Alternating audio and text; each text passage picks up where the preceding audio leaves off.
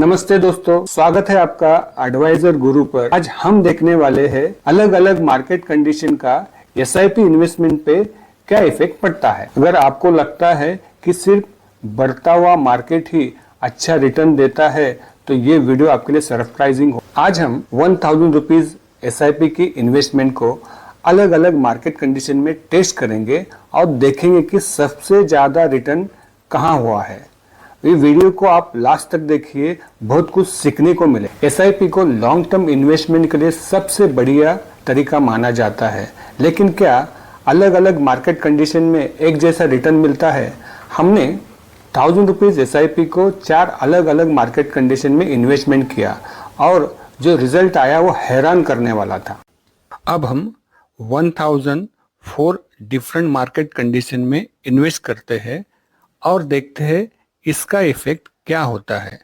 First market condition rising and falling market, second market condition continuous rising market, third market condition volatile market और fourth market condition continuous falling and rising market. अब हम analysis करते हैं first market condition जो है rising and falling market.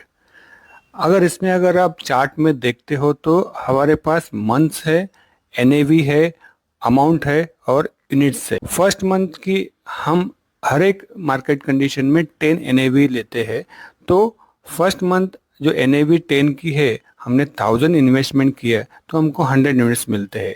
Second हमको मिलते हैं 11 एनएवी के 91 यूनिट्स, 13 एनएवी के 77 यूनिट्स, 15 एनएवी के 67 यूनिट्स, 18 एनएवी के 56 यूनिट्स, 23 एनएवी के 43 यूनिट्स, 24 एनएवी के 42 यूनिट्स, 23 एनएवी के 43 यूनिट्स, 22 एनएवी के 45 यूनिट्स। ऐसे 11th मंथ में वापस एनएवी 20 की है जहां पे हमको 50 यूनिट्स मिलते हैं। जैसे कि हमने चार्ट में देखा, जो मार्केट राइजिंग और फॉलिंग एनएवी का है, जैसे आप चार्ट में देखोगे तो फर्स्ट 10 एनएवी स्टार्ट होती है, 11 होती है, 13 होती है, मार्केट ग्रो होता है, 23 तक पहुंचता है, 24 होता है, वापस डाउन होता है।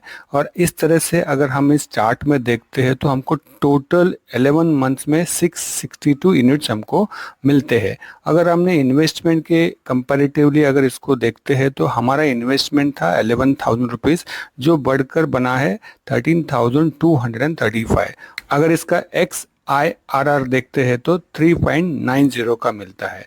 इसका मतलब ये है कि मॉडरेट ग्रोथ है और लो रिटर्न्स। अब हम बढ़ते हैं सेकंड मार्केट कंडीशन जो है राइजिंग मार्केट कंडीशन। अगर हम चार्ट में देखते हैं तो हमारे पास लेफ्ट हैंड साइड पे मंथ का कॉलम है, एनएवी का कॉलम है, अमाउंट का कॉलम है और यूनिट्स का कॉलम है। फर्स्ट मंथ की जो एनएवी है 10, हमने इन्वेस्टमेंट किए 1000 रुपीज़, हमको यूनिट्स मिलते हैं 100। सेकेंड मंथ एनएवी बढ़ गई जो बन गई 11, उसके हमको यूनिट्स 91 मिलते हैं। फिर 12 के 83 मिलते हैं, 13 के हमको मिलते हैं 77, 14 एनएवी के हमको मिलते हैं 71, 15 एनएवी के हमको मिलते हैं 67 यूनिट्स, 17 के 59, 18 के 56, 19 के एनएवी के हमको 53 मिलते हैं और 20 एनएवी के हमको मिलते हैं 50 यूनिट। अगर हम इस चार्ट में देखते हैं तो एनएवी कंटिन्यूसली राइजिंग हुई है, मतलब 10 की एनएवी बढ़कर 11 मंथ में पहुंच गई 20, यानी कि हमको टोटल 769 यूनिट्स मिले हैं। अगर हमारा इन्वेस्टमेंट कंपेयर करते हैं तो 11,000 रुपीज़ का इन्वेस्टमेंट हमारा बढ़ गया 15,375 रुपीज़ और इसका XIRR हुआ 6.10%, यानी कि आपको एक डिसेंट रिटर्न मिला है। क्या ये बेस्ट रिटर्न हो सकता है? देखते हैं अगले स्लाइड में। अब हम देखते हैं वोलेटाइल मार्केट में अपना इन्वेस्टमेंट का क्या इफेक्ट होता है। तो अगेन कॉलम में मंथ है, एनएवी है, अमाउंट है, यूनिट्स है। जैसे हमने देखा कि फर्स्ट मंथ की जो एनएवी है वो 10 है, जिसके हमने इन्वेस्टमेंट किए 1000 रुपीज़, हमको यूनिट्स मिलते हैं 100।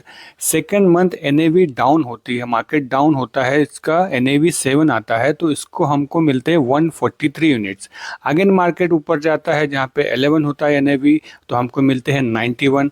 अगेन मार्केट नीचे आता है, 8 का होता है एनएवी, हमको मिलते हैं मिलते 125।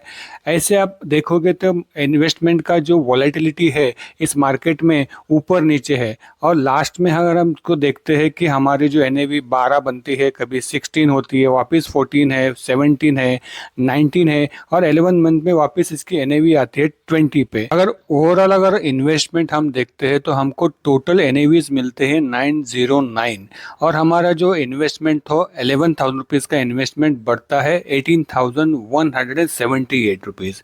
यानी कि वोलेटाइल मार्केट में हमको यूनिट्स अच्छे खासे कैप्चर हुए हैं, और हमारा इसका XIRR जो हुआ है 9.40% मिला है। यानी कि राइजिंग मार्केट से ज़्यादा वोलेटिलिटी मार्केट में आपको बेनिफिट मिलता है लॉन्ग टर्म पे। इसलिए जब भी मार्केट वोलेटाइल होता है आपके लिए बेस्ट अपॉर्चुनिटी रहती है इन्वेस्टमेंट करने की। अब आता है सबसे बड़ा सरप्राइज, जो कि है फॉलिंग मार्केट और राइजिंग मार्केट। जब भी आप इन्वेस्टमेंट करते हो और मार्केट डाउन होता है तो ये आपके लिए बहुत बड़ी अपॉर्चुनिटी होती है। अगर हम चार्ट में देखते हैं, फर्स्ट मंथ की NAV जैसे नॉर्मल है 1,000 रुपीज़ का इन्वेस्टमेंट यूनिट्स हमको मिलते हैं 100। सेकेंड मंथ में मार्केट डाउन होता है जहाँ पे इसका NAV बनता है 8 और हमको यूनिट्स मिलते हैं 125। अगेन मार्केट डाउन होता है 143 यूनिट्स मिलते हैं। अगेन मार्केट डाउन होता है 6 NAV पे हमको 167 मिलते हैं। अभी मार्केट ग्रो हो रहा है 9 के NAV को 111 यूनिट्स मिलते हैं। 12 पे 83, 16 पे 63। ऐसा ओवरऑल इस मार्केट में पहले फॉल हुआ वापस राइज हुआ, यानी कि पहले फॉलिंग मार्केट में और राइजिंग मार्केट में हमको टोटल NAVs मिलते हैं 1008। हमें राइजिंग और फॉलिंग मार्केट क्यों बेनिफिट होता है? क्योंकि अब मार्केट पहले गिरता है फिर वापस बढ़ता है, तब SIP ने सबसे ज़्यादा रिटर्न दिया। अपना 11,000 रुपीज़ का इन्वेस्टमेंट जो बढ़कर 20,170 हुआ, और इसका XIRR बन के आता है 11.90%। यानी कि फॉलिंग मार्केट में हमने ज़्यादा यूनिट्स कैप्चर किए, और इसके वजह से हमको जो फाइनल में ग्रोथ मिलती है वो 11.90% मिलती है।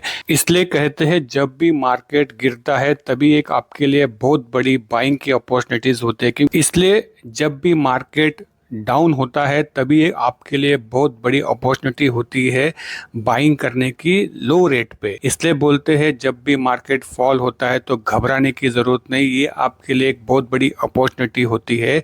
लॉन्ग टर्म इन्वेस्टमेंट से आपको बहुत बड़ा फ़ायदा हो सकता है। अगर हम ओवरऑल 4 मार्केट कंडीशन का एनालिसिस करते हैं तो हमको ये पता चलता है कि हमको राइजिंग मार्केट में सबसे अच्छा बेनिफिट नहीं मिलता, बल्कि फॉलिंग और राइजिंग मार्केट में हमको सबसे ज़्यादा बेनिफिट मिलता है। इसलिए कहते हैं जब भी इन्वेस्टमेंट करते हो अगर मार्केट फॉलिंग होता है तो आपके लिए एक बहुत बड़ी अपॉर्चुनिटी बनती है, क्योंकि फॉलिंग मार्केट में आपको NAV सस्ती मिलती है और इसके वजह से आपके पास ज़्यादा यूनिट कैप्चर होते हैं। और इसलिए लॉन्ग टर्म अगर इन्वेस्टमेंट को अगर होराइजन रखते हैं तो आपके ये NAV जब बढ़ेगी तब आपका मल्टीप्लिकेशन यूनिट से होता है। तो जब भी मार्केट गिरता है तो घबराने की जरूरत नहीं, एक आपके लिए एक बाइंग अपॉर्चुनिटी रहती है। सेकंड, वोलेटाइल मार्केट में भी आपको एक अच्छी अपॉर्चुनिटी रहती है, तो कभी घबराने की जरूरत नहीं जब मार्केट वोलेटाइल होता है। ये भी आपके लिए एक अच्छा अपॉर्चुनिटी बन सकता है। आपने चार्ट में देखा कि वोलेटाइल मार्केट ने भी सेकंड बेस्ट परफॉर्मेंस दिया है। और हमेशा याद रखना SIP में डिसिप्लिन और पेशेंस सबसे जरूरी बात है। तो दोस्तों ये साबित हुआ कि SIP का असली फायदा तब होता है जब आप लंबे समय तक टिके रहते हो। क्या आपने भी ऐसा अनुभव किया है? कमेंट में जरूर बताओ। अगर ये वीडियो आपको पसंद आया हो तो लाइक, शेयर और सब्सक्राइब करना ना भूले। मिलते हैं अगले वीडियो में, तब तक स्मार्ट इन्वेस्ट कीजिए और फाइनेंशियली इंडिपेंडेंट बनिए।